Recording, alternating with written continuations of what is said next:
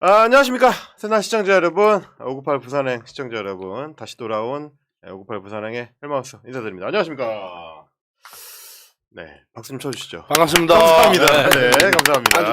저 세게 쳤습니다. 깜짝 놀라서. 도우미가 하나 있어야 되는데 없으면 네, 감사합니다. 사실 이제 저희가 598 부산행 진행하면서 이제 박인영 의원, 부산 금정구의 박인영 시의원님하고 2주 연속으로 제가 이제 방송 못하는 경우는 이제 처음인 것 같은데 오늘 또 이제 개인적인 사정으로 자리를 좀 비우셨고요.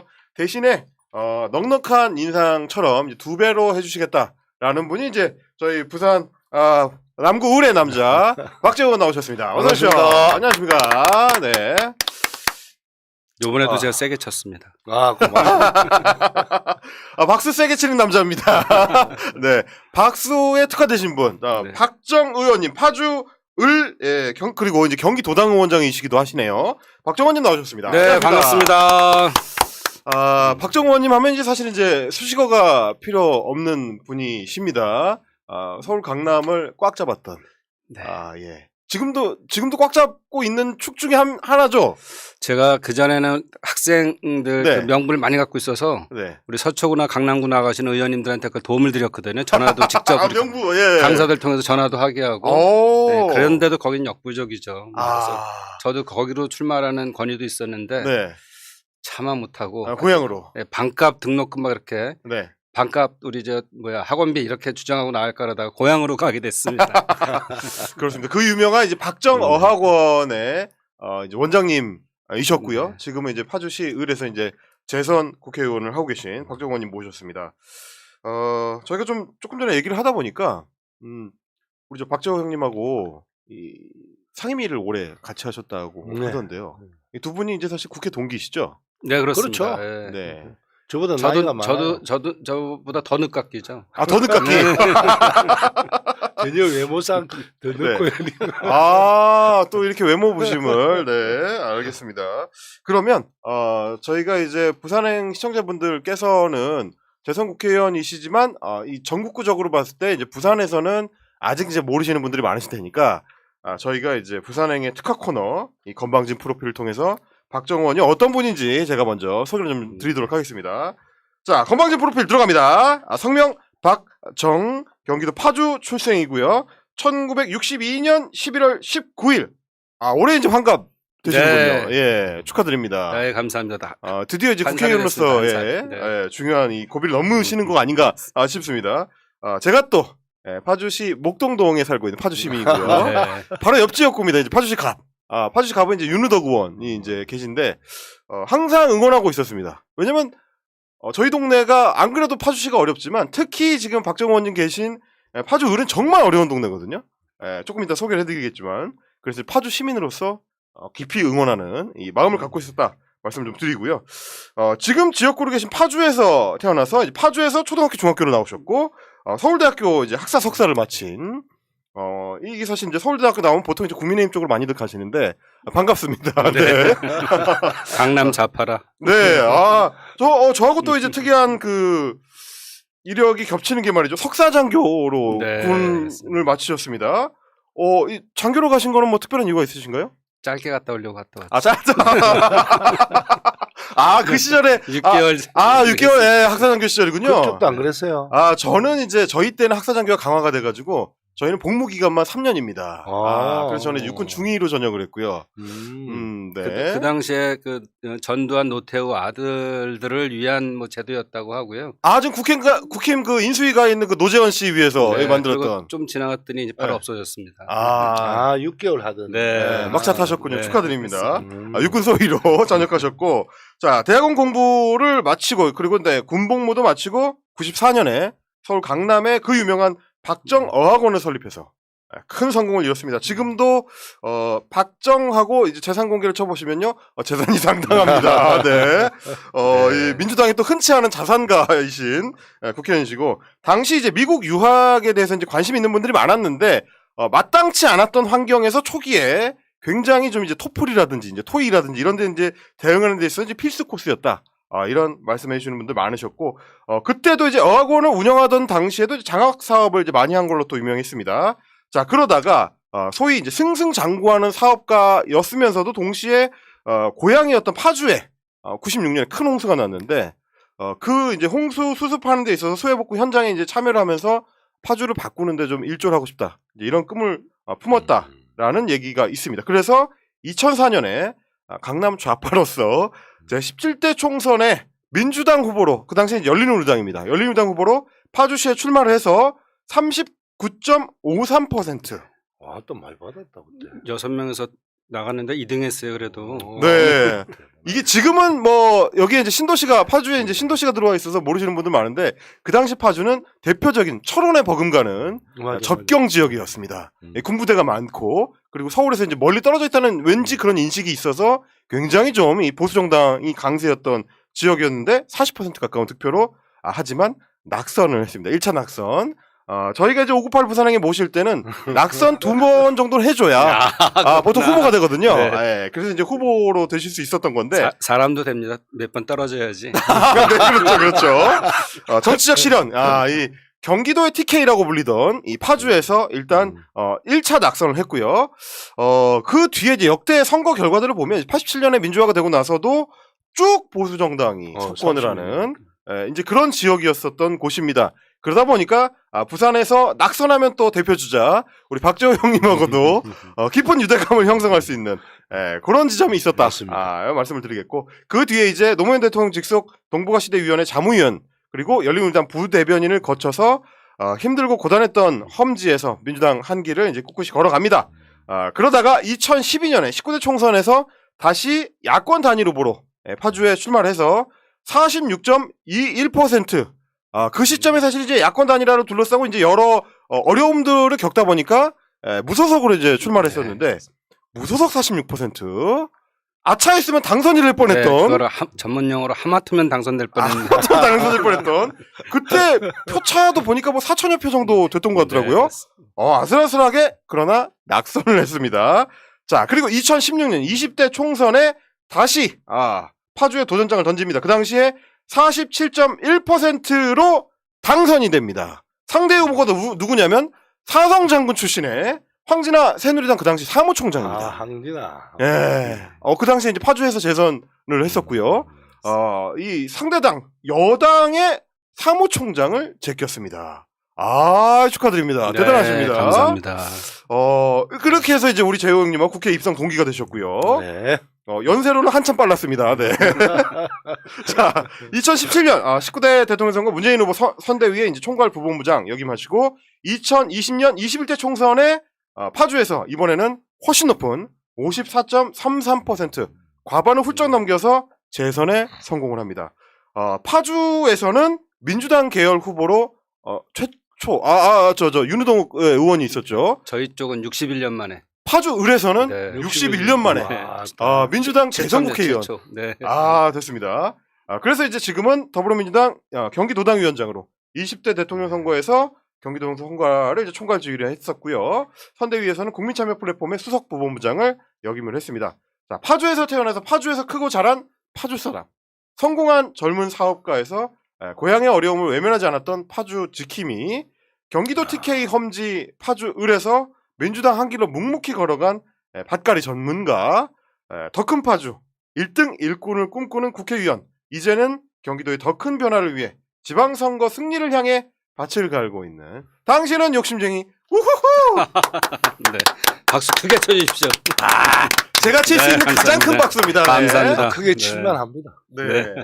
이게 왜냐면 그 파주 지역을 잘 모르시는 분들은 뭐 다른 지역 분들은 잘 모르시는 게 파주시 면적이 서울시보다 큽니다. 네, 서울시하고 안양시를 합한 면적입니다. 엄청 네. 크죠. 근데 그 중에서도 윤우덕 의원님 같은 경우는 지금 뭐 삼선이시죠, 윤우덕 의원님 같은 네, 경우는. 네. 사실은 꿀빠는 지역구입니다, 거기가. 그렇죠. 전문 용어로 꿀빠는 지역구가 왜냐면 제가 이제 거기 살고 있어서 아는데 운정 신도시하고 이제 교화동을 묶은 지역이어가지고 아파트가 많고 젊은 인구가 굉장히 많습니다. 그래서 사실은 박정호 의원님 같으면 거기 가셨으면 훨씬 쉽게 국회의원 하셨겠지만 고생했던 선배님께 이제 양보를 드리고 고향이시죠 또 이제 네네네. 금촌 쪽이 이제 고향이신 걸로 제가 알고 있는데 맞습니다. 금촌 지역을 제외하고는 뭐 장단면이라든지 원롱면이라든지 이게 수도권인데도 면 지역이 엄청 많습니다. 이런 걸 생각했을 때 굉장히 어려운 지역구고 면적도 엄청 넓죠 지역구가. 전략적으로 저도 지금 현재 면에 살고 있습니다. 아, 그러시군요. 아, 혹시 저 얼렁면? 월렁면. 네, 아, 월렁면에. 네, 네. 아, 그래서 이제 파주시 을은 사실 뭐 LG 디스플레이 이 산단 지역을 제외하고는 굉장히 어려운 지역구로 원래 꼽혔었는데 최근에는 뭐 굉장히 좀 이제 지역 네, 환경을 바꿔 저는 놓으셨다라는 네. 이제 평가를 받는. 그리고 생각입니다. 두 번 떨어지면서 네. 그 인성도 많이 갖춰졌어요. 아, 그래요? 그래서- 옛날에는 별로였나 보죠, 인성이? 아니 뭐 그 이런 거 떨어지지 않았더라면 자기가 떨어질 이유가 없잖아요. 그럼 그렇죠. 항상 잘 나가고 이런 실패가 생각을 했을 거 없었던. 아니야. 그런데 처음 만났을 때 원외위원장 전체의 회장을 했습니다. 제가 원외 지역위원장 회장. 회장을 하셨는데 아. 그때도 전국을 다 다니시면서 아주 열심히 해주셔서 네. 눈여겨봤죠. 그러고 겸손하고 이래서 저 나는 의학원 잘 모르거든요. 박정 의학원이 돈이 많은지도. 그런데 누가 그래 이야기하는데 저 친구 참 괜찮다. 왜냐하면 첫째 겸손하니까. 네네네. 그래서 두 번 떨어져서 겸손해졌구나 하는 거예요. 어떻게, 와서 알게 됐죠. 어떻게 좀 떨어져서 겸손해지셨습니까? 네, 키도 작아서 뭐 이렇게 많이 숙이지 않아도 그냥 겸손해 보이고. 그런 강점이 또 있네요. 제가 키가 큰 이유가 네. 거기가 이제 폭격이 많아요. 그래서 파주 지역이, 어릴 때 경기 들려서 키가 안 컸습니다. 안보 지역이라. 이게 안보 네. 사이렌도 많이 울리고 네. 바로 이제 건너편에 이제 군사보호구역이 있고 뭐 이런 지역이니까요. 알겠습니다. 그러면 이게 사실은 지역위원장 그 협의회 회장을 하셨으면 당내에서 굉장히 큰 자리 아닌가요, 그게? 그 원내대표가 있다면 원내대표가 있는 거죠. 원내대표. 네, 원내대표. 지역위원장들 협의회 회장이니까 제가 늘 그랬습니다. 원내대표는 원내만 해. 우리 원내대표는 원내가 할게. 내가 알아서 하겠다. 네. 저희가 그래서 혁신할 때 하나 남겼던 거는 네. 비례대표가 지역에 올 때는 반드시 경선하게 하는 거를 저희가 만들어서 그동안 원외 지역위원장들은 선거 때는 써먹고 본인 선거 때는 막 칼질 당하고 이럴 때가 많았는데 적어도 경선해야 되는 거 아니냐. 그래서 더 열심히 하지 이런 것 때문에 그 혁신 문재인 대통령 이제 문재인 우리 당대표 하실 때 혁신안에 그걸 집어넣었죠. 몇 번을 찾아가서 설명하고 하면서. 이거 되게 중요한 거죠. 사실은 비례대표 하는 게 이제 명망가들이 비례대표를 많이 하니까 나중에 전략공천으로 원외 지역에다가 꽂으면 원외 지역위원장은 몇 년 동안 열심히 지역을 만들어 놨는데 그냥 고스란히 그냥 넘어가게 되는 고생해봐야 소용없는 결과들이 많았었다는 말씀이시네요. 정말 중요한 또 계기를 역시 떨어져 봐야 합니다. 네. 알겠습니다. 저희가 이제 뭐 준비한 얘기들이 많이 있는데 일단 지역구 이제 국회의원분들 나오시면 제가 좀 지역 얘기를 좀 불어 좀 많이 드리려고 하는데 더구나 더 제가 잘 아는 지역이다 보니까 사실 이제 뭐 남구도 마찬가지지만 이렇게 좀 뭐랄까요 고령화 지역을 꼽히는 곳들이 산업을 갖추기가 좀 어려우니까 돈벌이가 되는 지역에 좀 든든하게 일자리를 만들어줄 수 있는 산업 이 자리를 만들기가 좀 어려운데 파주 을만 하더라도 그래도 LG 디스플레이 같은 이제 큰 회사가 있어서 좀 낫겠어요. 그런 면에서는. 제가 선거할 때 젊은 사람들이 많이 살고 그래서 그전엔 저희가 졌거든요. 근데 제가 20대 될 때는 8대 1대1. 한 분이 또 이제 우리 파주시장을 하셨던 분이에요. 네네네. 아까 말씀드렸던 황진아 사무총장이 10%. 무소속으로 나오셨던. 네, 유화선 시장이 10%. 제가 80% 받았습니다. 다음에는 LG 선임연구원 출신이고 그래서 이제 또 선거를 했는데 6대 4로 저희가 이겼거든요. 근데 이번에는 대선에서 저희가 졌어요. LG 디스플레이에서. 그 이유가 LG가 정원 감축을 계속 하다가 이번에 다시 구미에서 한 2,600분 정도가 올라오셨거든요. 그러다 보니까 이게 20, 30대 그 이대남 에다가 또 영남에서 올라오다 보니까 경남에서 오니까 그렇게 해서 경북 경남에서 오다 보니까 순환 교류를 하면서 그래서 그렇게 되니까 져버려서 지금 바짝 긴장하고 다음 지방선거 때는 다시 저희가 역전시키려고 매일 아침마다 지금 나가서 인사하고 있습니다. 이렇게 또 이제 인구 변동에 따라서 선거가 이제 완전히 달라질 수 있는 그런 또 요소가 또 있고. 뭐 저희 지역도 사실로는 이제 도심이기는 하지만 이쪽은 이제 또 새로운 젊은 사람들이 서울하고 왕래가 많으니까 그렇죠.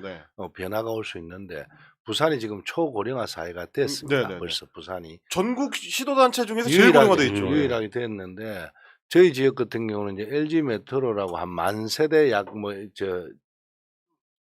W까지 합하면 아, 만세대요? 한 10,000세대 되는 아파트 단지가 있어요. 옛날에 오호. 동국제강 자리였거든요. 그럼 3, 4만 인구가 그냥 한 곳에 몰려있던 그렇죠. 얘기네요.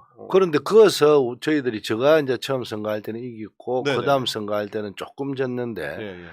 전번 보궐선거 때부터 이제 32%, 33% 이래뿐이 안 나옵니다. 아, 완전히 꺾였네요. 완전히. 그게 이제 고령화 되셨고 아. 또 이제 그 고령화 되시면 생각들이 이제 같이 공유하는 게 그렇죠. 있으니까 네. 그래서 부산은 도심이 대다수 이제 고령화되면서 점점 더 어려워진다라는 생각을 많이 갖죠. 아. 그래도 이제 그까지 유지할 수 있는 거는 나름대로 모두들 뭐 당원들뿐만 아니고 모든 분들이 고생을 하셔서 네네네. 그까지 올라왔으니까 어. 이제는 사고가 좀 변하고 있고 그러고 어떠한 뭐 이념에 치우치는 게 아니라 이제 실용으로 갈 수밖에 없는 정치가 이제 부산 또 만들어야 된다. 저희들은 이제 그쪽에 주안점을 두고 해야 겨우 부산에서 어느 정도 우리가 위치를 차지하겠다 해서 노력하고 있습니다. 알겠습니다. 제가 2년 전이죠. 그 네. 21대 선거 당일날 새벽 4시에 전화드렸어요. 새벽 4시? 두 사람한테 했는데 한 사람은 네. 우리 분당의 김병욱 의원. 김병우 의원. 거기도 네. 원회부터 같이 시작했으니까 네. 또 우리 그 박재호 형님한테 전화드렸는데 이현주 꺾어서 정말 고맙다고 하고 내가 분당 그 어려운 데서 얘기해줘서 고맙다고 제가 전화했습니다. 아, 그렇군요. 아, 이게 역시 이제 고생 같이 한 사람들끼리 이제 공유하는 어떤 정서가 있는. 우리는 뭐 서울 경기도는 전화를 안 하니까 아, 왜냐면 그렇죠. 우리가 진짜 거기 뭐 그냥 나가면 되니까. 아, 그 부분은 어떨까요? 사실 이제 남구도 그렇지만 이제 부산 같은 경우도 젊은 인구가 좀 빠져나가는 문제를 겪고 있고. 뭐 제가 알기로는 파주시 을 같은 경우도 이제 교화 신도시, 운정 신도시가 생기면서 이렇게 젊은 인구가 좀 이렇게 빠져나가는 네, 문제. 그렇습니다. 지방들이 항상 겪지 않습니까? 혁신도시가 생기면 쫙 인구를 빨아들인다든지 그런 문제도 좀 고민이 많으실 것 같아요. 그래도 수도권은 좀 낫죠. 저희 지역 같은 경우에는 갑 지역은 신도시라 그 주로 생활용으로 이렇게 정착하는 주거단지고 저희는 산업 기반이 좀 있어요. 조그만 중소기업들이 많이 있는데 이제 그런 것들을 산단화시키고 환경 문제도 있으니까 또 그리고 교통을 좀 좋게 해서 그 자체에 아파트들이 좀 들어오는 좀 상황으로 좀 만들려고 하고 있습니다. 네네네. 아, 큰 도로랑 이렇게 연결할 수 있는 도로들을 좀 많이 만들어야 된다는 거죠. 그렇게 하고 또 이번에 저희 경기도 공약에서 GTX를 방사형으로 하는 공약을 냈고요. 아, 방사형. 저쪽 이렇게 이제 뻗어나가는 형태로. 윤석열 후보의 공약은 순환형. 네, 순환형으로 했는데 말이 안 되잖아요. 그 직주 근접을 위해서 이걸 하는 것으로 아침에 이용하는 건데 순환형으로 해서 저거 시골 쪽은 돌린다는 건 그거는 의정부하고 파주 사이 얼마나 사람이 왔다 갔다 한다고. 열차를 돌리거나 그 도로를 통해서 이렇게 연결하는 게 맞거든요. 지금 수도권 순환도로 있죠. 네, 그래서 선거 끝난 이후에 저희가 지금 경기도에서 준비하는 게 10개의 경기도를 발전시킬 입법 10가지를 정하고 입법 10가지. 네, 그리고 또 공약이 같은 것들은 빨리 하자는 것도 있지만 다른 부분 중에서 저희가 훨씬 나은 공약에 대해서는 토론부터 보자. 그리고 우리께 나면 우리 걸 해라. 이렇게 해서 이슈화 시키려고 하고 있습니다. 근데 특히 GTX 부분은 저희가 한 방사형이 훨씬 지금 더 잘 짜여 있습니다. 부산 분들이 이런 거 보면 억수로 부럽기도 하고 네. 또 이게 참 할 이야기가 없을 정도로 모든 게 이제 경기도 서울 집중이니까. 그렇죠. 그래서 저희들 그때 그래도 이제 우리 그 가덕도 공항 문제라든지 2030 엑스포 이런 거에 다들 협조를 해주셔서 부산이 이제 한 단계 왔죠. 이번에 이제 윤석열 후보가 공약했던 산업은행부터 이 조기 착공 뭐 이런 것만 좀 해주신다면 저희 부산도 적극적으로 협조를 해서 부산이 변화하는 거에 대해서는 여야가 관계없이 협조할 것이고 또 뭐 잘못하는 거 있으면 과감하게 저희들이 또 질책을 할 것이고 그런 이제 야당으로 변신하는 과정이 있는데 어쨌든 부산 발전하는 거는 저희들이 최선의 노력을 같이 하겠다라는 이야기를 했죠. 알겠습니다. 그러면 지금 뭐 어차피 공약 얘기를 이제 기왕에 꺼내 주신 김에 사실은 저희가 간단치 않게 시당위원장 두 분을 동시에 모시고 지금 그렇네요. 아주 중요한 시당위원장. 그럼요. 부산 시당위원장과 경기 도당위원장이니까 뭐 이게 서울 빼면 이제 제일 큰 두 개 이제 시당위원장님들을 모시고 이제 말씀을 나누고 있는데 어쨌든 두 지역구가 다 굉장히 좀 중요한 선거입니다. 일단 지금 경기도당 같은 경우는 후보가 너무 많아서 고민이고 고민이고 제가 알기로는 부산시당 같은 경우는 굉장히 후보를 구하는 데 있어서 어려움이 많았다라고 하는데 그래도 최근에 좀 정리가 됐죠. 많이 그래도 이제 기존 우리가 많이 됐으니까. 네네네. 전번에 이제 선거에 지방선거에 사실로 한 달 전만 해도 네. 출마할 사람이 별로 없었어요. 하겠다는 사람이 있어도 네. 자격이나 여러 가지. 네네네. 그래서 공천을 울먹 계좌먹기로 이렇게 다 줬는데 그렇죠. 문재인 대통령하고 김정은 위원장하고 네. 이래 만나면서 이제 각종의 한 달 만에 부산도 엄청난 변화가 왔죠. 그래서 이번에도 제가 이제 지금 시의원 또 안주 몽구하는 데가 한 몇 군데 있어요. 아, 그래요. 그래서 제가 그런 경우가 안 온다는 보장이 없다. 그래서 우리가 항상 꿈을 가지고 살았고 또 부산을 변화시키기 위해서는 끊임없이 꿈을 꾼 사람들이 와줘야 우리 부산이 또 변화되고 평평한 운동장을 만들어야 부산도 발전된다. 그런 식으로 설득하고 있는데 지금 한 몇 군데 말고는 거짓 세팅은 다 됐습니다. 지금 시장 후보는 그러면 변성환 부시장으로 정리가 되나요? 어떻게 됩니까? 지금 이제 물론 그건 중앙당에서 공천할 문제인데 네네네. 지금 하겠다고 적극적인 사람은 변성환 권한대행 부시장, 하셨던 권한대행, 분이고 나머지 분들은 접촉을 하고 있는데 아직까지는 뭐 그렇게 흔쾌히 본인이 하겠다라고 말씀을 안 하는데 네.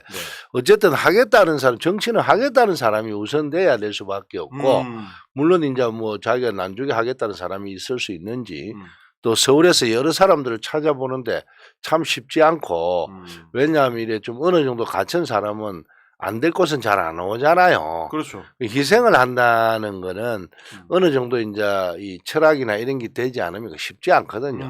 근데 변성환 권한대행도 사실로 희생해 준다는 차원이니까 아주 고마운 분이라고 생각하고 또 새로운 분이 계시면 함께 의논해 보겠다라고 하고 있습니다. 아니 그 사실 그 국회의원 직을 내놓지만 않는다면 우리 박재호 당위원장이 딱인데 우리 3명의 국회의원님들이 다 이제 어느 정도는 그렇죠. 해야 된다라는 의무는 있는데 보궐선거를 또 하게 되면요. 그렇죠. 부산이라는 지역에서 쉽지 않죠. 다들 또 욕합니다. 네. 니한테 이거 몇 개 나왔는데 무슨 그런 짓을 하느냐 네. 이런 식도 있고. 지금 부산시 국회의원 3분이 다 한 지역구에서 오래 해서 겨우 되신 분들이잖아요. 그렇죠. 네. 그러고 어쨌든 저도 이제 처음에 제가 한 3개월 전에 대선 3개월 전인가 2개월 전에 제가 시장 안 나가겠다 하고 이제 팻말 두고 했던 이유가 만약에 이재명 후보가 되면 최인호 의원이나 또 전재수 의원 같이 젊은 분들이 나가서 한번 도전을 해보고 만약에 보궐선거 저더라도 어느 자리 갔다가 다시 할 수 있는 그렇죠. 기회가 된다. 그런데 나는 사실로 조금 거기에 대해서는 됐다 하더라도 나이가 좀 있으니까 아마 나는 안 하는 게 맞겠다는 생각이 들었고 그리고 어쨌든 보궐선거 때문에 특히 더 그렇겠다는 생각이 들어서 그래서 지금 또 우리 3분이 사실로는 좀 마음은 무겁지만 부산 전체를 위해서는 오히려 보궐선거 때문에 더 부산 사람들한테 욕을 들어물 수도 있다. 그렇죠. 네. 그래 하고 있습니다. 생각. 경기도당 위원장님은 어떠십니까? 혹시 생각 없으십니까? 네. 저희가 시도당 위원장은 6개월 전에 6개월 전에 사퇴해야 되죠? 사퇴를 해야 돼서 저희가 뭐 고민을 안 한 건 아니지만 네. 아까 말씀하신 것처럼 겸손한 게 좋아서 이게 파주도 놓으면 떨어집니다 지금. 지금 이거 쉽지 않죠. 네네. 좀 전에 기왕에 방송에 나오면 자기가 막 얘기해야 된다 그러더라고요. 기왕에 우리 시도당 위원장에 대해서 두 사람이 나왔으니까 좀 말씀드리면 제가 원외위원장 협의회의 회장을 초대 회장을 했던 것처럼 거기는 이제 당규에 들어가 있습니다. 당원 당규에. 근데 우리 그 시도당 위원장 협의회를 또 만들어서 그 회장도 우리 형님한테 하라 그랬더니 형님 굳이 저부로 다시 하라 신분시청 먹으려고 했는데 제가 잘한 거는 이번 대선이란 지선을 준비하려고 좀 그래도 새가 좋은 데에 도당이나 시당에서 약한 데를 좀 도와주자 해서 자매 결혼 시스템 맺었어요. 시도당 간에 이제 자매 결혼. 정책 협약. 그래서 경기도는 경남과 경북이랑 같이 하고 있고 서울은 이제 부산, 뭐 인천은 뭐 대구 이런 식으로 해서 뭐 정책적인 것도 같이 교류하고 또 인적 정책인 것도 저희가 국회의원이 가주기도 하고 뭐 이런 것도 있지만 또 정책 자금 같은 것도 저희가 물적으로 많이 좀 도와줬습니다. 하면서 진짜. 선거를 이길 수 있도록 저희가 하고 당원이 좀 많고 이제 네, 이런 네. 시도당에서 상대적으로 좀 어려운 지역에 이제 지원도 해주고 그렇죠. 여유가 있으니까. 사실 이제 부산시당도 이제 서울시당에서 많이 좀 땡겨 받으셨죠? 좀 많이 받아 지원을 전남하고 많이 받았어요. 전남에서 우리도 했잖아요. 우리도 아유, 재보궐 때 그래서. 경기도가 재보궐 오한 때. 많아서 더 좀 주라 해서 아, 그때 많이 갖고 왔죠. 맞습니다. 지금 이제 단일 뭐 광역단체에서는 경기도가 이제 인구가 제일 많고 제일 1,400만이고 어쨌든 이번 지방선거에서는 가장 핫한 가장 그리고 중요하고 주목도 그렇죠. 많이 받는 지역구가 됐는데 분위기는 좀 어떠세요? 보면? 그래서 저희가 이제 슬로건을 그 선거는 뭐 이렇게 캠페인을 벌려야 되잖아요. 네네. 근데 지난번에는 더불어민주당 경기도당 꿀벌 선대위 그래서 그 근면성으로 선거를 치르자. 그래서 꿀벌 근면하게 꿀벌이 1초에 230번 날개짓을 하고요. 또 4,000번 정도로 왔다 갔다 해야지 한 숟갈에 꿀을 넣는다. 그러니까 우리가 그 정도 다녀서 표를 모아오자.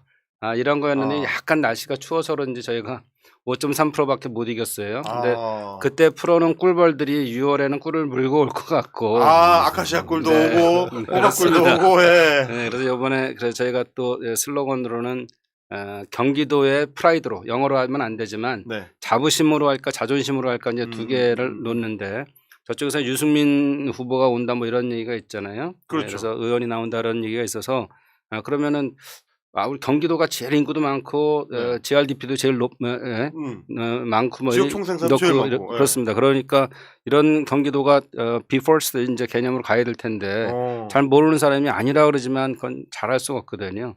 그래서 우리 경기도의 자존심으로 지키자 마지막 보루다 이렇게 생각하고 있고 그다음에 또 5% 정도를 이기게 해주신 게 있으니까 이번에도 좀 읍소해서 꼭 이 경기도는 지켜달라 이런 선거 전략으로 좀 하려고 합니다. 네.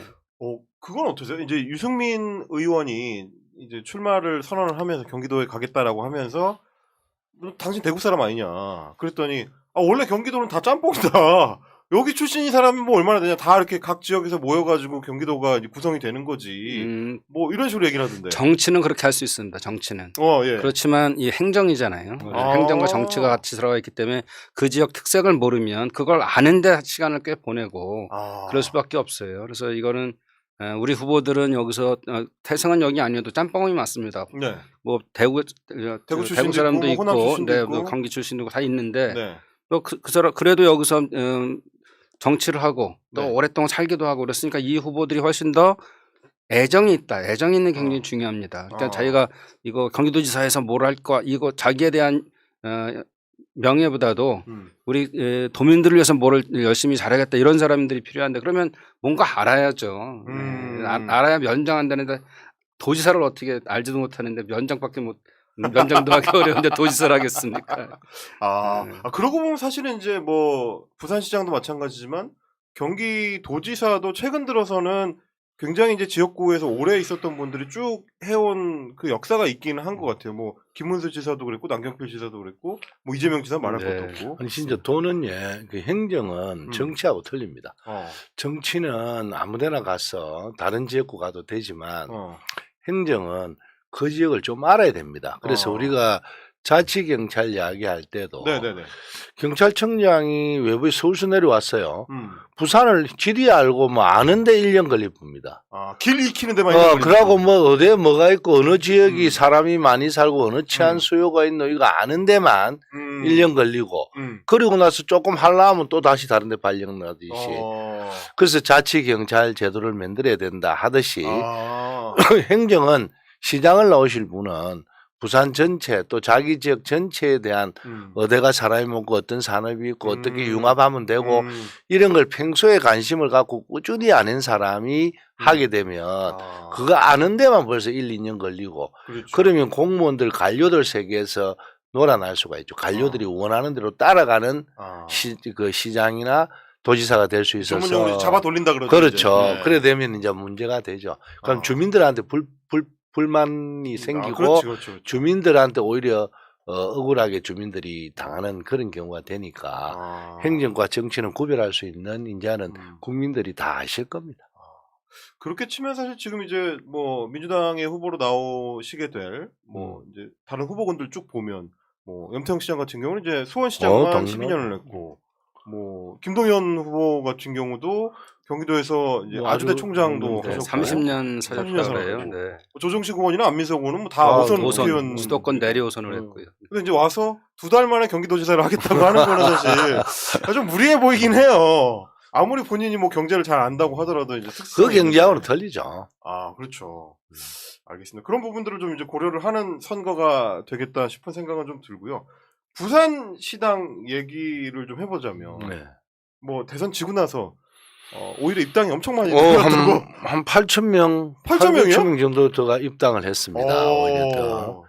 그 이제 어찌 보면 조금 중도지대에 있으면서 지켜봤던 분들이 네, 네. 아 이대로 안 되겠다라고 이제 좀 젊은 계층 분들이 많죠. 한 절반 정도 젊은 분들이 그렇죠. 그래서 좀 희망적으로 보는 이유가 당원이 많이 생겼다 해서 뭐 희망적인 것도 있지만 이번 대선에 대한 결과에 대해서 여러 사람들이 진짜 지켜보고 있구나. 네네. 그러면 만약에 이제 지금 윤석열 당선자가 참 잘 해내면 네네네. 뭐 아주 우리나라가 한 단계 더 발전하겠지만 잘못하면 이게 또 다시 옛날처럼 이런 일이 생길 수 있겠다라는 생각이 들고 부산만 놓고 보면 부산도 역시 이제는 조금 더 실용적이고 어떤 이념의 잣대보다 조금 잘못하면 부산도 더 옛날식으로 이제 부산 같은 경우는 가만히 있잖아요. 옛날에는 뭐 부산이 부마항쟁 뭐 그렇죠. 모든 것이 시발점이었거든요. 네. 이런 젊은 사람들이 깨어 있구나. 이제는 좀 지켜보겠구나.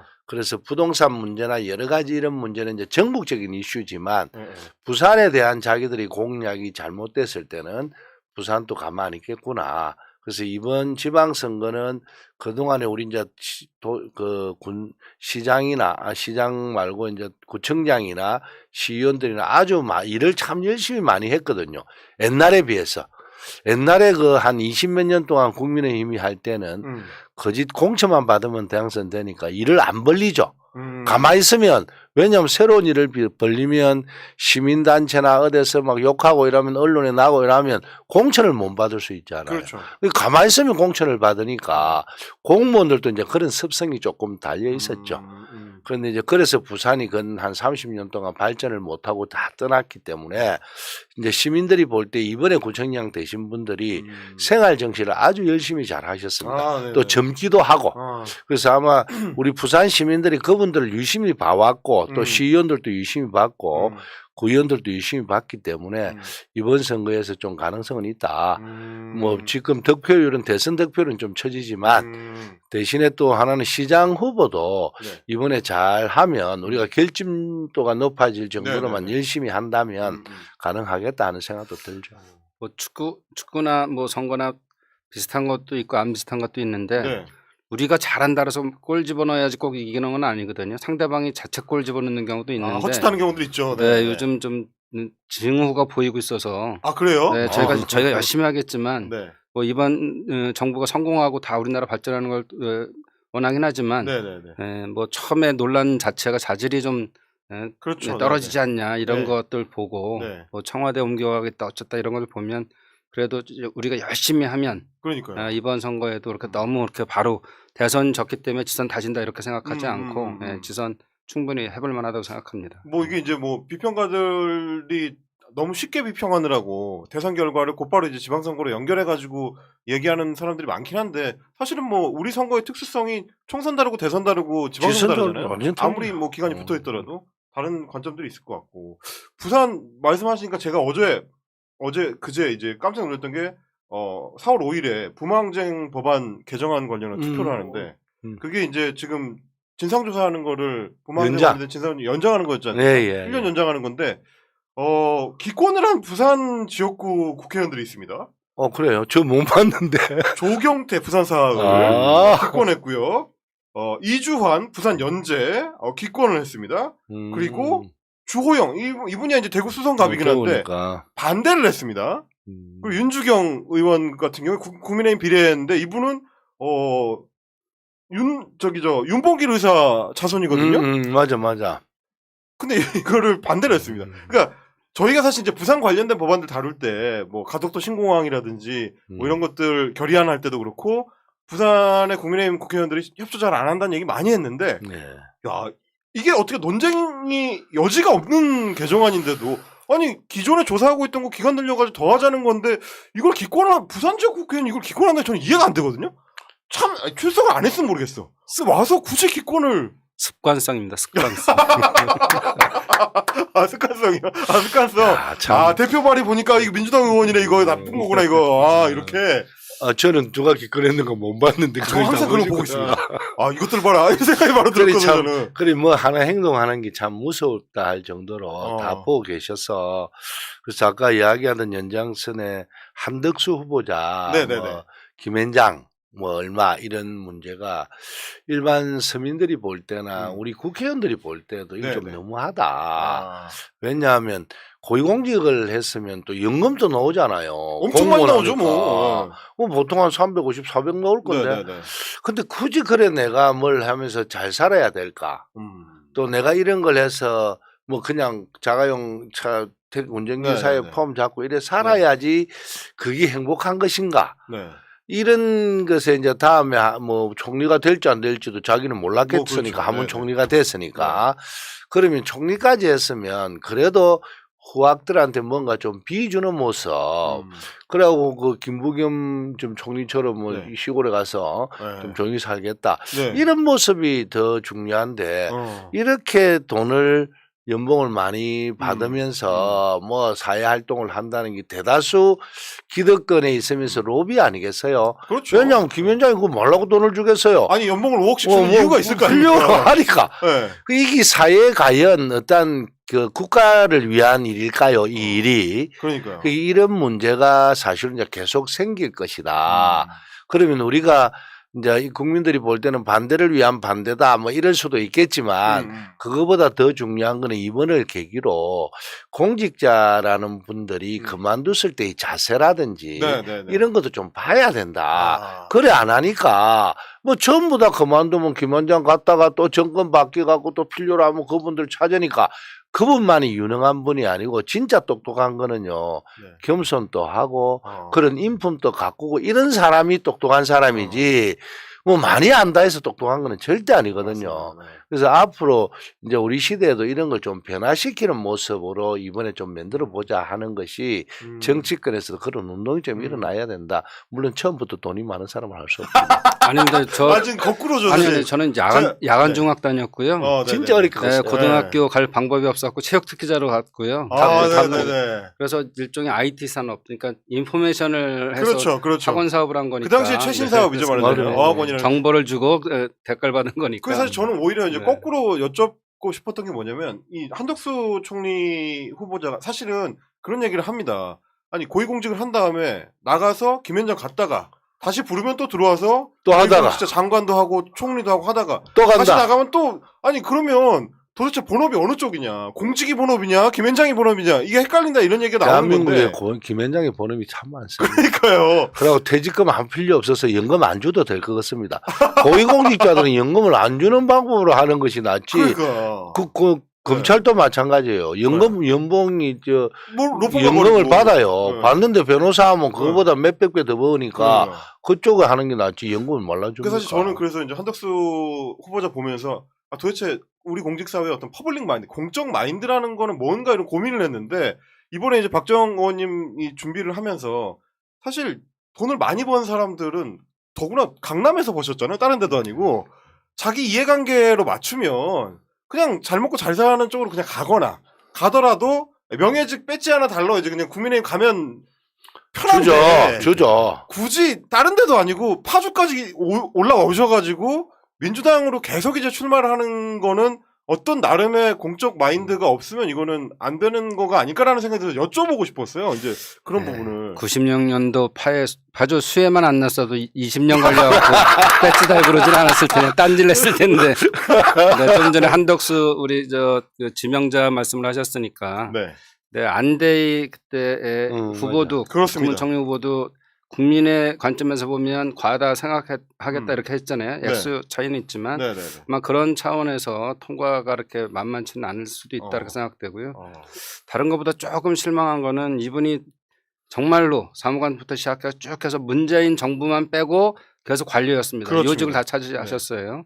그 당시 뭐 하버드 갔다 오고 뭐 이런 것들이 작용했을 수 있는데 아니 그렇게 올드보이의 귀환을 시켜야 됐을까. 네, 그래서 좀 다른 분들 새로운 감각이 있고 우리나라가 이제는 추격이 아니고 선도로 가야 되는 이제 국가가 됐는데 네, 그렇죠. 네, 그렇게 해서 올드보이가 합당한가에 대한 생각이 있습니다. 그래서 역시 돈을 많이 벌었다 안 벌었다 해도 굉장히 중요한 하나의 우리가 청문회에서의 우리가 따져봐야 되는 거지만 정말로 이렇게 계속적으로 이 관료 사회에 있으면서 그냥 했던 사람들이 몸 보신주의로 가서 다시 또 다음에도 받고 그래서 했다는 거 아니겠어요? 그래서 저쪽에서는 전북 출신의 노무현 대통령 때나 또 김대중 정부에서 다 이랬으니까 통과시켰다 했는데 너무 쉽게 생각하는 네, 거죠. 그건 아닌 것 같습니다.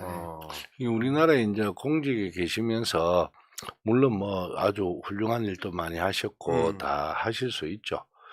근데 어쨌든 이 좀 나와서 하시는 여러 가지 일이 국민들에게 좀 실망을 안 주는 고위공직자가 좀 많아야 되는데 너무 이제 자기 위주의 그래서 제가 항상 기득권이라 이야기하는 게 옛날처럼 돈이 많고 있는 사람이 기득권이 아니라 옳게 자기가 열심히 해서 사업을 해서 돈 벌이고 세금 옳게 내는 분들을 우리가 존경해 줘야 됩니다. 오히려 그렇죠. 네. 이처럼 인간관계나 자기가 정가내고 받는다든지 이런 게 사실로는 기득권이거든요. 주가 조작이라든지 네, 그렇죠. 이런 거를 엄벌하게 그런 기득권을 막아내야 건전한 우리나라가 올바른 기득권이 되고 그렇죠. 거기에 국민들이 존경하고 또 없는 서민들도 그분들 덕분에 그분들이 세금을 많이 내고 열심히 사업을 하셨기 때문에 우리가 이렇게 산다라는 구조로 만들려면 사실로는 고위공직자들이 앞으로는 나와서 그런 걸 좀 정가내고 받는 이런 걸 좀 덜 해야 된다 이런 생각이 들죠.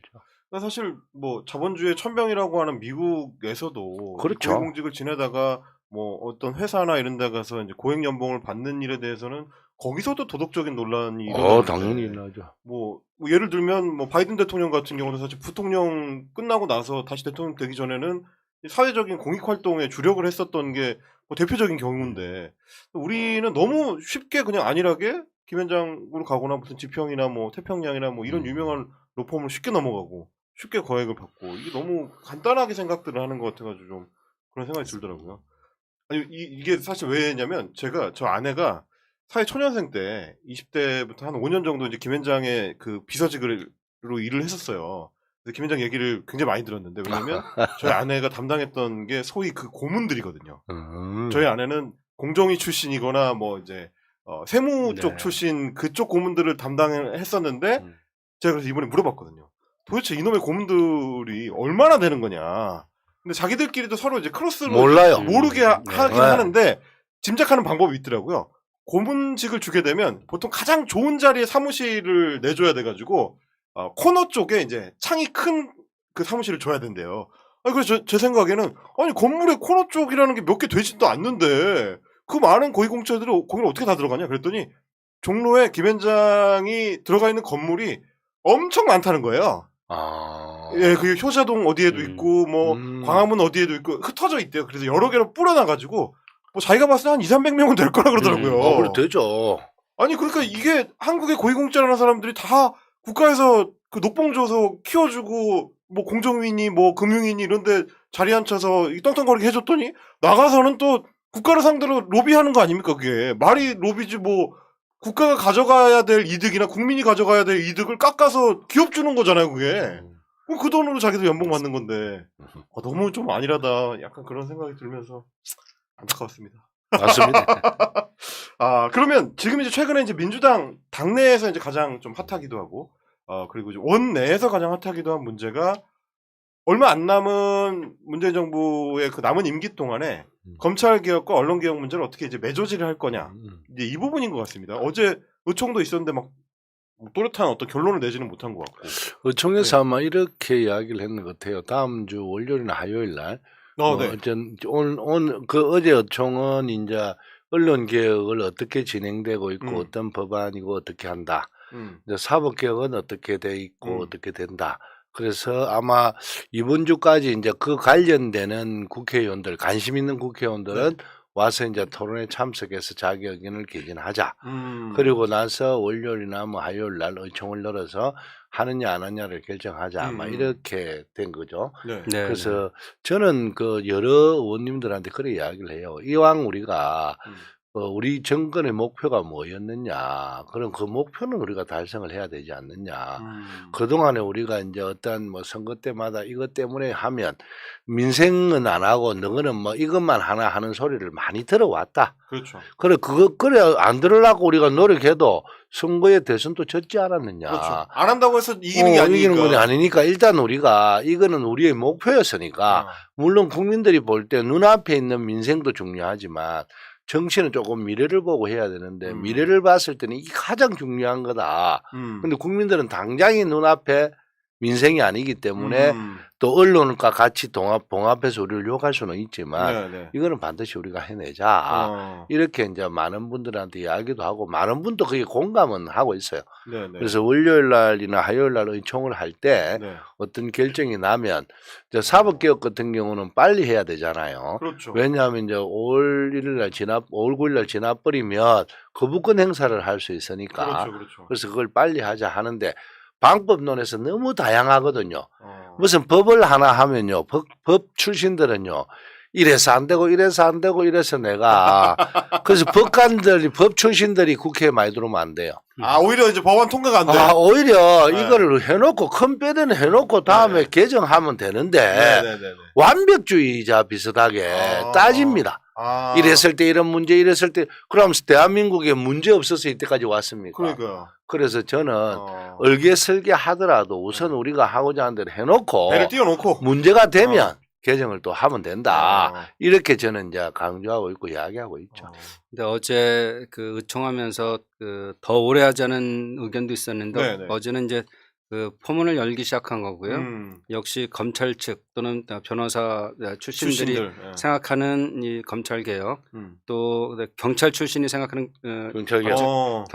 검찰 개혁이 있는데 또 제일 우려하는 바는 이번에 법과 막 뒤지는 것처럼 경찰이 너무 전횡을 할까봐 그것도 그렇죠. 견제할 수 있는 장치를 뭐 만들어내야 힘의 균형이 된다. 무너질 수 있으니까. 그래서 그런 것들을 좀 그동안은 그런 얘기도 안 했던 측면도 있어요. 우리가 안 했었죠. 그러니까 이기고 있는데 뭐 자꾸 시끄럽게 이렇게 했는데 충분히 들어보고 또 한번 그러니까 맞습니다. 빨리 해야 되는데 그 빨리 하면서도 농도 있게 토론을 해서 법을 좀 완성도도 높이는 것도 어느 정도 중요하다고 생각되고요. 제가 이제 문체위 간사를 했기 때문에 그 법안 1소위 그러니까 전반부는 법안 2소위 체육관광에 대한 그 소위원장을 했고 이제 다시 1년 들어오면서 바꾸기로 했거든요. 그래서 1소위 위원장 바로 이제 그 언론도 관계되고 문화예술에 관계된 법들을 좀 다루고 있는데 언론개혁법 관련해서도 많이 하셨잖아요. 네, 제 소위원장으로 불이하게 두들겨서 통과시켰습니다. 자체로도 그 사진 많이 나왔죠. 이거 두들기는 거 이거. 자체적으로 약간 좀 저도 마찬가지로 김도우 의원이 옆에서 말리고 이거 아닙니까?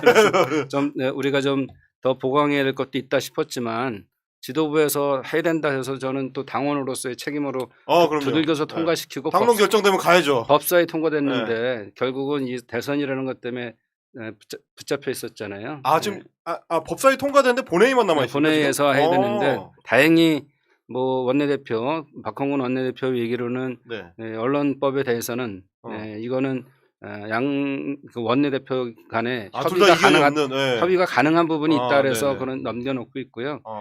그렇게 제 생각에는 그거 해야 또 토론 길어지고 안 될 수도 있어요. 그러니까는 그전에 올려놓은 언론중재법 중에서의 징벌적 손해배상이라도 빨리 두들기고 해야 된다 이런 생각이죠. 그거는 이제 언론들이 이제 악의적으로 이제 왜곡 기사를 써서 피해를 입혔을 경우에 손해액을 이제 뭐 훨씬 좀 높게 책정하는 그런 법이 기본인 거죠. 이제 이게 꼭 필요한 법인 것 같아요. 저는 그 검찰개혁 문제는 지금 우리 당에서 이제 물론 아까 이야기했던 변호사 출신들 또 그 경찰 출신들 뭐 다양한 의견이 있는데 이걸 어쨌든 이제 다 들어보고 물론 좀 더 성숙도를 만들어야 되지만 어쨌든 5월 9일 전에 이번 4월달 이제 다음 국회 할 때는 무조건 통과를 시켜야 된다라는 그렇죠. 원칙론을 딱 정하고 네, 네. 그리고 나서 이제 서로 토론을 하는데 이게 아까 얘기했던 경찰이 하면 더 그거 할 것이다 막 아무데나 근데 지금도 마찬가지지만 수사하고 기소를 분리시켜 놓으면요 네. 경찰이 아무리 해도 검찰이 또 기소를 안 하게 될 수 있잖아요. 통제를 할 수 있다. 통제를 하면 이런 원칙은 딱 입장을 딱 정해놓고 네. 다른 이야기가 돼야 되는데 뭐 경찰이 무서우니까 또 수사청을 만들자. 그럼 또 만들어지는 겁니다. 공수처도 있고 수사청도 경찰도 있고 뭐 경찰도 이게 있고 무슨 검찰도 짓이냐. 오히려 모든 거는 경찰한테 맡기라. 있고. 네. 그 다음에 이 검찰은 거기에서 뭐 오면 기소를 하느냐 안 하느냐 결정을 해라. 근데 경찰이 만약에 과잉으로 하면 요새는 언론이나 국민들이 가만 안 있는다. 이게 믿음이 좀 더 있어야 되는데 법으로 너무 완벽하게만 생각하다 보면 아무것도 못 띄운다.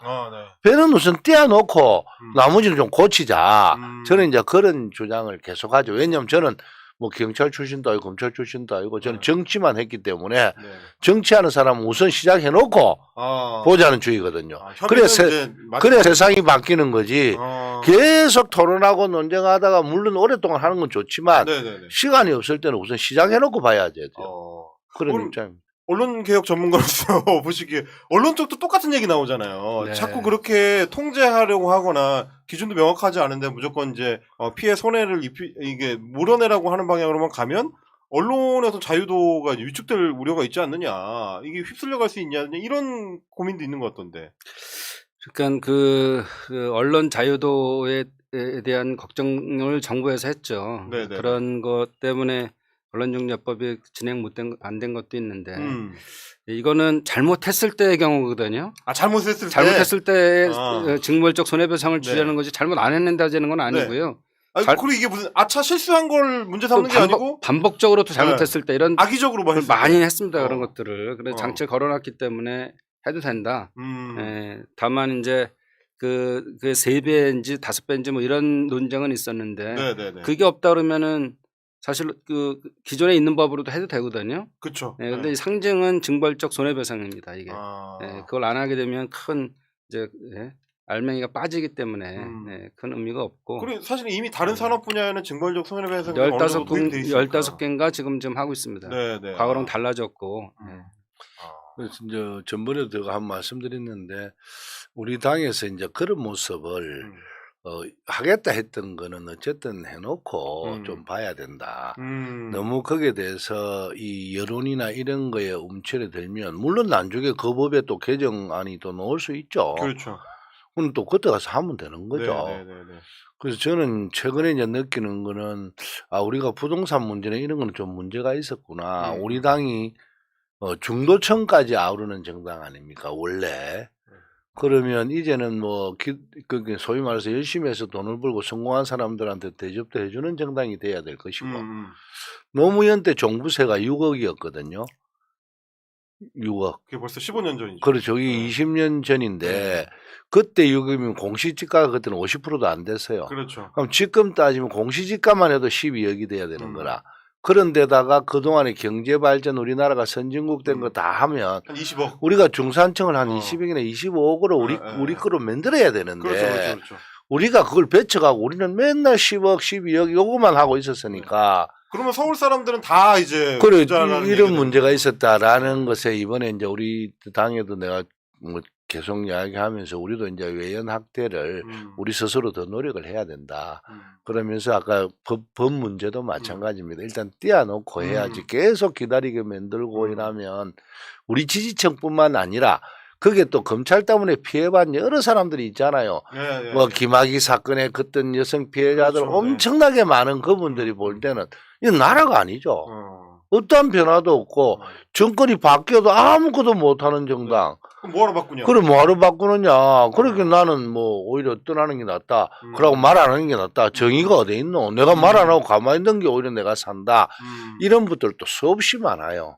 그래서 너무 완벽한 것보다 우리가 조금 얼기설기해서라도 띄워놓고 좀 보완해 나가자 하는 것이 제 주장입니다. 네, 그 동의하고요. 부동산에 대해서 이번에 실패했다 그래서 그 재보궐도 지고 이번에도 영향을 크게 미쳤잖아요. 네네. 근데 저희가 이제 부동산 특위를 김진표 의원이 위원장을 맡으시고 네, 제가 네. 공급관사 그다음에 세자본과는 유동수 정책위 그 부의장. 수석 부위원장이 네, 네. 했어요. 네. 부의장이.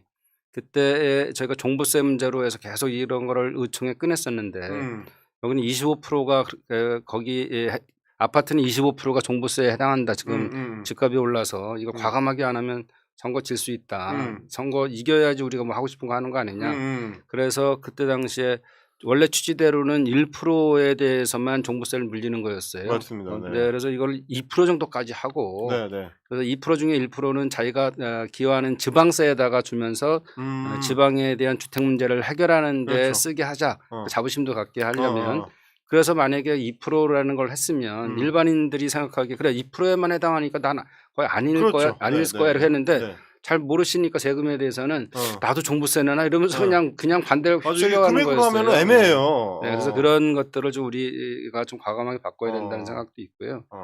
제가 이제 우리 경기도에서는 좀 이겼잖아요. 네. 전략을 썼던 게 뭐냐면 우리 뉴스테이나 이런 것들은 10년에 계약이 돼 있다면 또 8년에 계약이 있다면은 반을 거주하면 조기 분양을 해줄 수 있는 게 법조로 돼 있어요. 그런데 10년 임대 리츠라고 이거는 거의 똑같은 건데 네. 이거는 반이 지나도 해줄 수가 없는 이유가 거기에 투자자가 공모가 있고 사모가 있는데 사모는 큰 이제 은행가권에서 돈을 대는 거고 공모는 일반인들이 그거를 투자를 해서 나중에 지나면 그 수익을 갖는 거잖아요. 그렇죠. 근데 그동안 제일 문제는 그 박근혜 때 있었던 뉴스테이 정책이 10년 지나고 살아보니 집값이 엄청 뛰었는데 이거를 감정평가해서는 그것 산 것도 그런데 더 올라간 가격에 사라는 거잖아요. 그렇죠. 그래서 이제 누구나 집이라는 게 맨 처음에 정한 가격으로 나중에 살 수 있다. 이것도 했는데 그 10년 임대 리츠를 사시는 분들이 지금 6만 2천 가구예요. 근데 경기도에만 경기도에만 4만 2천 가구가 있거든요. 그래서 이 문제를 해결하기 위해서 그 방법을 찾아봤더니 중간에 SPC를 만들어 놓으면 네. 조기에 이거를 분양을 해주더라도 여기에 그거를 SBC가 돈을 이제 판돈을 갖고 있다가 여기 일반인들한테 대해서 그걸 나중에 그 계약대로 해드리면 되잖아요. 그렇죠. 그래서 네. 국토부 LH하고 방법을 찾고 금감원도 얘기했더니 why not 왜 안 되냐 이게 더 확실한 방법인데 그래서 그거를 슬쩍 우리가 토론회를 열고 거기서 그 대표들한테 알렸어요. 그랬더니 이분들이 회의를 6시간 했습니다. 6시간. 네네네. 그러고선 이재명 후보를 다 우리가 하겠다. 이것만 해주면 자네들의 실제적인 이익에 관계된 거니까. 그래서 그 표가 그럼 10몇만 표 되잖아요. 그렇죠. 네, 그런 식으로 접근했던 것도 있었고. 아주 열심히. 네, 이번 지선은 그런 걸 많이 찾아내는 게 중요할 것 같아요. 실질적으로 유권자와 어떻게 이 맞닿는 지점을 만들 거냐 이런 부분을 좀 고민하시겠다는. 아까 이제 조금 전에 뭐 김진표 위원장님 네네네. 이야기했는데 이제 우리 당에서도 또 우리 지지자분들도 이렇게 생각해야 됩니다. 검찰 개혁이나 여러 가지 언론 개혁이나 이런 거는 반드시 해야 되지만 경제 정책은 유하게 접근을 해야 되거든요. 부드럽게 가야 된다. 그거를 이제 우리 당원들이 인정을 해줘야 됩니다. 자꾸만 이제 이 빈부의 격차 이런 거에만 연연해서 우리가 중산층이 뭐냐라는 규정까지도 우리 당원들도 이제는 그걸 인정을 해주고 그때 당시에 그런 힘을 줬었더라면 지금까지 결과가 안 나죠. 근데 이제 당 내에서도 그런 분들도 관념론에 빠져 있는 분들도 많고 또 이제 이 우리 정당이라는 게 잘못하면 이제 우리 당원들의 열망 이런 것도 무시하지 못하는데 이제 그런 걸 우리가 양쪽을 비교를 해서 경제는 좀 유연하게 현실에 맞게 가야 되고 법이라도 이런 거는 우리가 이때까지 이제 이 고쳐야 될 건 확실하게 과감하게 고치게 해주고 이렇게 하는 것이 정당의 기본 모습이니까 앞으로 우리 정당도 이제 그렇게 안 가겠느냐. 이번에 왜냐하면 호되게 우리가 여러 가지를 안 겪어봤습니까? 그렇죠. 이제는 그런 정당으로 가야 된다 하는 생각을 갖죠. 알겠습니다. 저희가 지방선거 앞두고 지금 두 분 말씀 들어보니까 개혁 과제를 강력하게 추진해야 될 것들은 빠르게 강력하게 추진을 하고 또 이제 민생을 살펴서 부드럽게 타협해야 될 지점들은 또 이제 같이 만들어 가자 이런 말씀이신 것 같고 박정 경기도당 위원장님 말씀 들어보니까 지방선거는 결국 이제 각 유권자 집단의 어떻게 이 이해관계를 맞물릴 수 있도록 정치가 이제 다가갈 것이냐 이 부분을 좀 고민해야 되지 않나 뭐 그런 생각을 하게 됩니다. 저희가 사실 이제 지역과 서울 수도권을 연결하는 방송인데 오늘 박정우 의원님이야말로 그 과제에 좀 가장 잘 어울리는 정치인을 우리가 모시고 경기도의 이야기 그리고 이제 부산의 이야기를 좀 연결을 해봤습니다. 의원님 저 기회 되시면 앞으로 좀 자주 종종 네. 뵙도록 하겠습니다. 기회를 주시면 나오겠습니다. 저는 이제 지역구 옆에 있으니까 한번 좀 놀러 가도록 하겠습니다, 네. 의원님. 네. 아, 놀러 가면 밥도 사줘요. 그럼요, 네. 그럼요. 그럼요. 얻어먹으러 가야죠. 네. 감사합니다. 오늘 찾아주셔서 감사하고요. 저희는 또 다음 주에 이 시간에 박인영 의원까지 같이 모시고 또 인사드리도록 하겠습니다. 두 분 오늘 말씀 감사합니다. 잘 들었습니다. 고맙습니다. 네, 감사합니다. 네. 박수 세게 쳐야 되는 거 아니에요? 바이러스에게는 마스크가 없다. 어서 가자 바이러스보다 먼저. 그러니 내일보다 먼저 가자. 우리들의 희망을 형제이게 하자. 설령 그것이 내일이라 해도 현재로 저들을 물리치자. 바이러스에게는 마스크가 없다. 어서 가자 바이러스보다 먼저. 바이러스에게는 마스크가 없다. 어서 가자 바이러스보다 먼저.